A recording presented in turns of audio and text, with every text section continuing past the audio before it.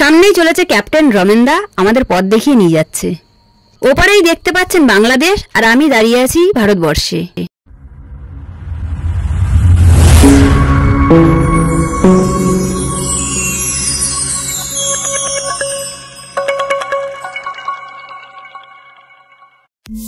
নমস্কার বন্ধুরা, আমি মন্দিরা। আজ যাব ভারত বাংলাদেশ বর্ডার টাকিতে।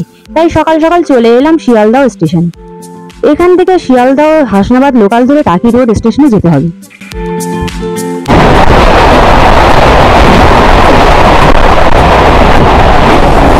ট্রেন টাইমটা আমি ডেসক্রিপশনে দিয়ে দেবো। ট্রেনে যেতে যেতে প্রকৃতির এমন মনোরম দৃশ্য দেখতে কার না ভালো লাগে।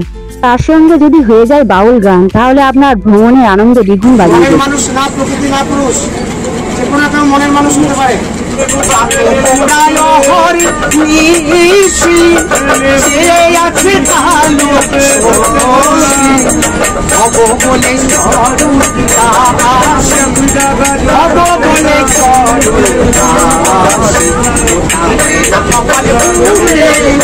আমার মনে এছাড়াও আপনারা সড়ক পথে আসতে পারেন। সেক্ষেত্রে আপনাকে বারাসাত চাপাটালি থেকে বসিরহাট হয়ে টাকির হাসনাবাদ রোড হয়ে টাকিতে আসতে হবে।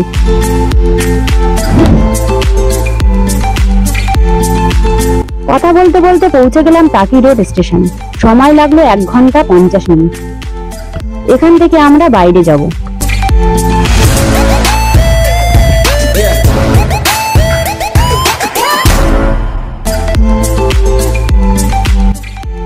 বাইরে অনেক টোটো দাঁড়িয়ে আছে। এখান থেকে আপনার প্রথম গন্তব্য স্থান হবে টাকি রাজবাড়ি ঘাট। টোটো ভাড়া পড়বে পার হেড 20 টাকা। টাকিতে মূলত 3টি সাইড আছে। প্রত্যেক সাইডই 5টি করে স্পট আছে। প্রতি সাইডের জন্য 300 টাকা ভাড়া পড়বে। আপনারা চাইলে এখান থেকেও টোটো প্যাকেজ করে নিতে পারেন।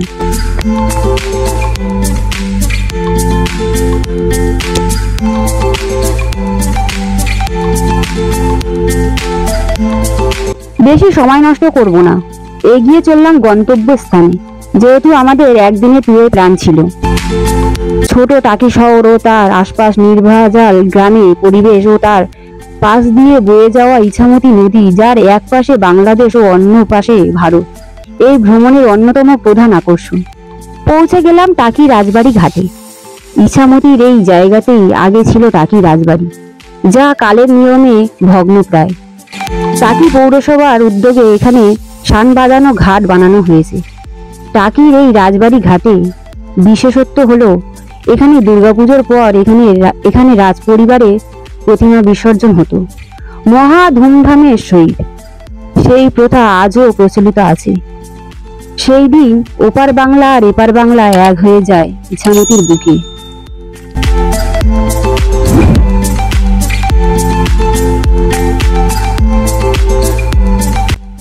এগিয়ে চললাম টাকির সাইট সিনের উদ্দেশ্যে।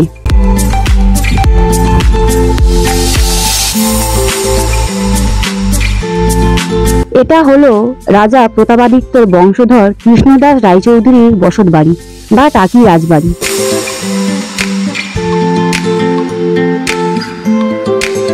জমিদার পরিবারের 19তম বংশধর রামকান্তর পুত্র গোপীনাথ রায়চৌধুরী বাংলা 1208 সালে আশ্বিন মাসে মন্দির ও সামনে পুকুর প্রতিষ্ঠা করেন।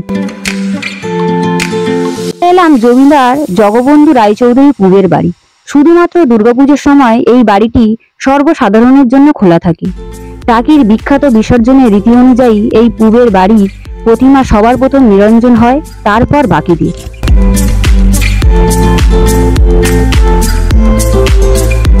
গয়নার বাক্স সিনেমার কথা মনে আছে? মৌসুমী চট্টোপাধ্যায়, শ্রাবন্তী চ্যাটার্জি অভিনীত গয়নার বাক্স সিনেমার শুটিং স্পট এটি। যেতে যেতে চোখে পড়ল একটি নলকূপ। জমিদার আমলে এখান থেকেই হতো জলের ব্যবস্থা।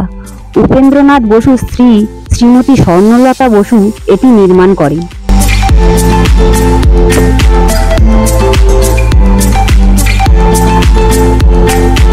চলে এলাম বিখ্যাত বাংলা সিনেমা জাতীয় পুরস্কারপ্রাপ্ত পরিচালক কৌশিক গাঙ্গুলির বিসর্জন সিনেমার শুটিংয়ের সেই বাড়িটিতে। বিসর্জনের বেশিরভাগ শুটিং হয়েছিল এই বাড়িতে। এই বইয়ের প্রধান চরিত্র ছিলেন আবির চট্টোপাধ্যায়।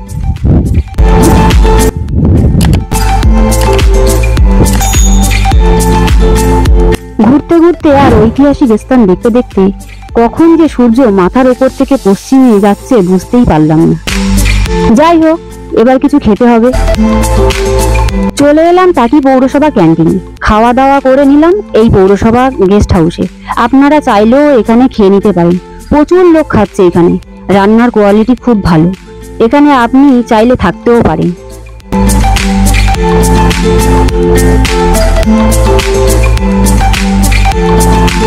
এছাড়াও অনেক সুন্দর সুন্দর লজ, গেস্ট হাউস, হোটেল আছে।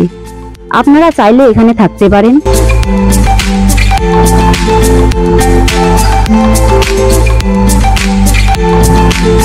তিন নদীর মোহনা যাওয়ার পথেই পড়বে ত্রিশক্তি মায়ের মন্দির।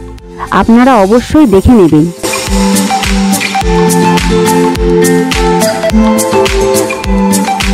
মা এখানে 3 রূপে পূজিত হয়।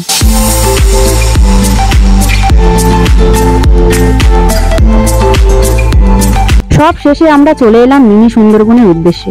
সামনেই চেকপোস্ট। এখানে আপনারা যে কোনো একটি আইডেন্টি প্রুফ জমা রাখতে হবে। চেকপোস্ট পেরিয়ে চলে এলাম জামালপুর মোটর ভ্যান স্ট্যান্ডে। এখান থেকে ভ্যানে করে আপনাকে 1.5 কিলোমিটার যেতে হবে। তারপর মিনি সুন্দরবন। ভাড়া পার হেড 10 টাকা।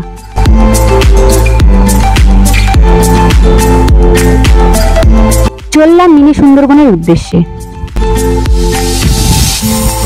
তাই একটু সবাই সেলফি মুডে ভিডিও করলাম।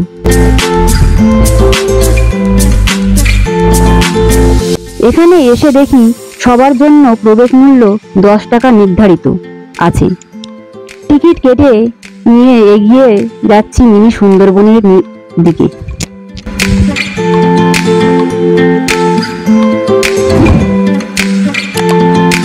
ফাইনালি পৌঁছে গেলাম মিনি সুন্দরবনে। ওয়াও, আমি তো খুব এক্সাইটেড ছিলাম সুন্দরবন দেখার জন্য।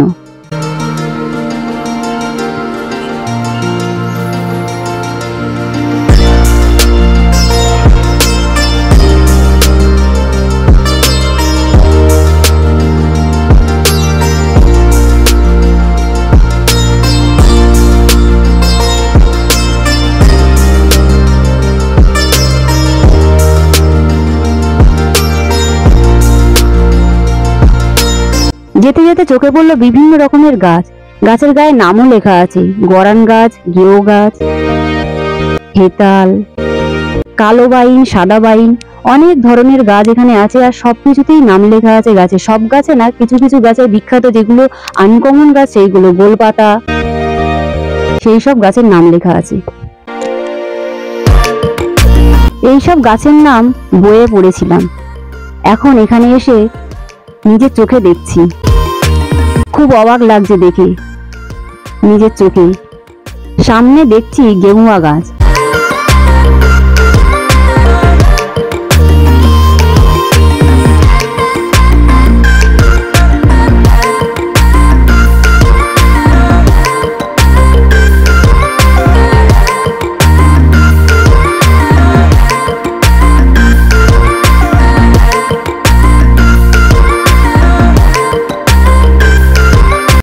মিনি সুন্দরবনের মধ্যে এসে দেখি দুটি সাইড, একটি রিভার সাইড আর একটি টাওয়ার সাইড। আমরা প্রথমে রিভার সাইডে যাব।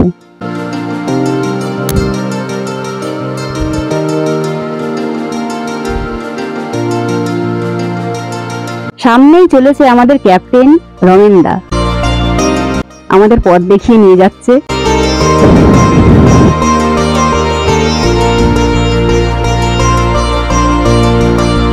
চলে এলাম রিভার সাইডে। আমার সামনে দেখছেন ওপারে বাংলাদেশ আর আমি দাঁড়িয়ে আছি ভারতবর্ষে। মাঝখানে বয়ে গেছে ইছামতি নদী। ভারতবর্ষ আর বাংলাদেশের বর্ডার হয়ে বয়ে গেছে এই ইছামতি নদী। সত্যি মনে মনে আনন্দ পাচ্ছি।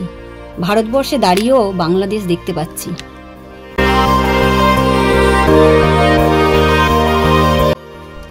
এখানে দূরবীন ভাড়াও পাওয়া যায়, পার হেড 10 টাকা।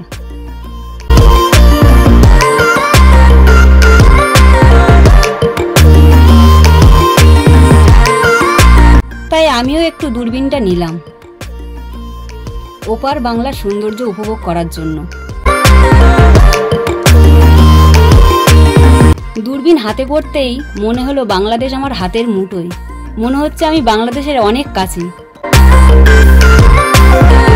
দূরবীনে এত কাছে দেখাচ্ছে বাংলাদেশ।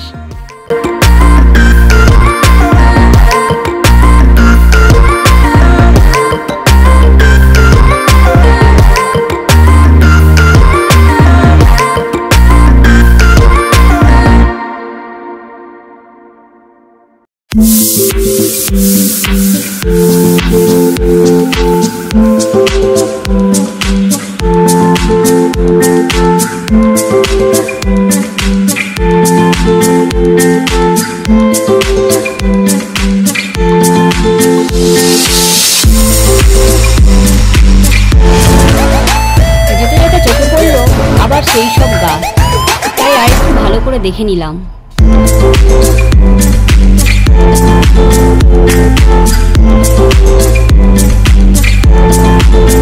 এবার চললাম টাওয়ার সাইডে। সারাদিন ঘুরে ক্লান্ত হয়েও টাওয়ারে ওঠার মজা হাতছাড়া করতে চাইছি না।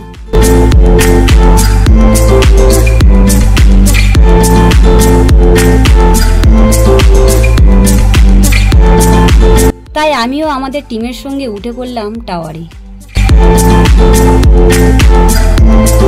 টাওয়ারে যতই উঠছি শুধু সবুজ আর সবুজ চোখে পড়ছে, বেশি কিছু দেখতে পেলাম না, শুধু সবুজ আর সবুজ।